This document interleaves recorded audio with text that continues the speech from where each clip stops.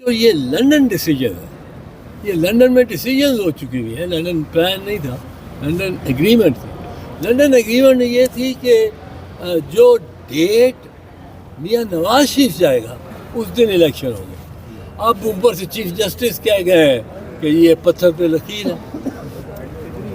اب ان کا مسئلہ کیا ہے؟ ان کا مسئلہ یہ ہے کہ یہ ایک اور سٹیپ جانا چاہتے ہیں.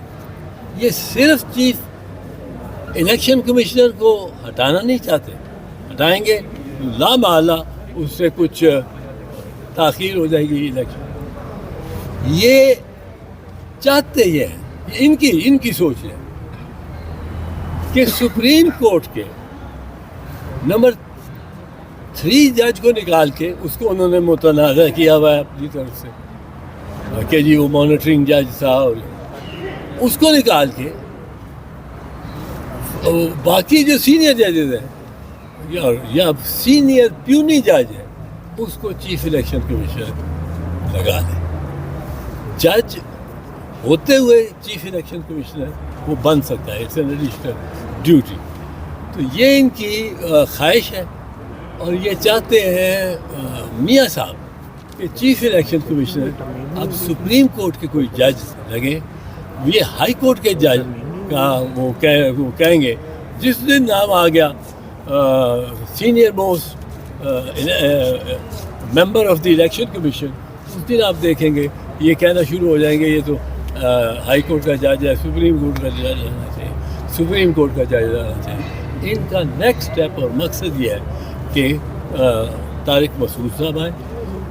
اور مجھے اس بات پہ بھی حیرت ہے کہ چیف جسٹس صاحب کو اس وقت کیا ضرورت تھی چھٹی کرنے کی. الیکشن ہو رہے ہیں ملک میں. الیکشن کو آپ نے خود فرمایا کہ پتھر پہ لکیر ہے. آپ چھٹی مارچ میں کر لیں، آپ کو کوئی روک تو نہیں سکتا. آپ کو آپ کا کوئی افسر بھی نہیں ہے کہ جو کہہ کہ جی آپ چھٹی اس دن نہیں کر سکتے تھے. آپ خود مختار ہیں، اختیار سب آپ کے پاس ہے. تو چھٹی مارچ میں کریں، اس وقت آ کے سنبھالیں اس ملک کو بھی، اس قوم کو بھی، جو ان کے اختیارات ہیں ان کے تحت ان کو سٹیبلائز کریں. یہاں سازشیں ہو رہی ہیں کہ کسی طرح فلاں جج صاحب کو چیف الیکشن کمشنر بنا دیا جائے.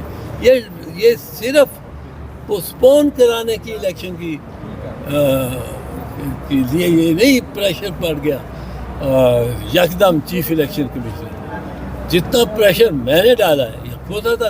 میں نے تو کہا یہ مجرم ہے، اور میں نے یہ بھی کہا ہے، میں نے کہا مجھے بلائے، مجھے کنٹیمپٹ میں بلاتا کیوں نہیں ہے چیف الیکشن کمشنر. میں کوئی معافی نہیں مانگوں گا، میں ٹرائل لوں گا اور ٹرائل اس کے سامنے فیس کروں گا. 5-6 مرتبہ کہہ چکا. اب ان کی طرف سے اس میں مکمل اعتماد تھا، بٹ اب فارمولا جو بن گیا ہے جو لنڈن ایگریمنٹ کے تحت ہے کہ ڈیٹ بھی اور الیکشن کمیشن بھی میاں نواز شریف کی مرضی کی ہوگی. اب وہ اس کی کوشش کریں. سر یہ نون لیگ جسٹس سردار طارق مسعود کو کیوں الیکشن کمشنر بنوانا چاہتے ہیں؟ سر آئین میں یہ چیز ہے کہ وہ ترمیم نہیں ہو گئی تھی اب اس کے بعد، اور قائم مقام الیکشن کمیشنر الیکشن کرا سکتا ہے. قائم مقام کرا سکتا ہے، رکھا ہوا قائم مقام کمیشن ہے، اب کمیشن ہے، اب الیکشن کمیشن اب الیکشن کمیشن کمیشن ہے. اب تو نہیں ہے قائم طارق مقام مسعود کو کیوں چاہتی ہے سر؟ یار اب یہ تو میں ساری باتیں وہ جو لاڈلا ہے، اب لاڈلا پلس، وہ اب الیکشن نہیں چاہتے.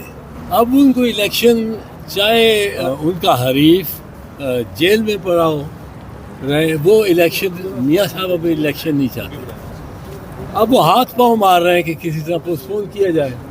ایک پوسٹپونمنٹ کا یہ تھا کہ جی وہ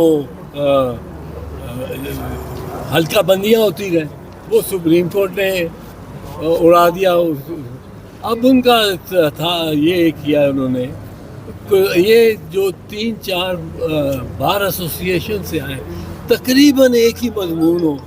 کراچی سے سندھ ہائی کورٹ بار بھی دے رہی، لاہور میں یا اسلام آباد میں بیٹھ کے supreme court bar association, Pakistan bar council, Punjab bar council, یہ ایک گروہ کے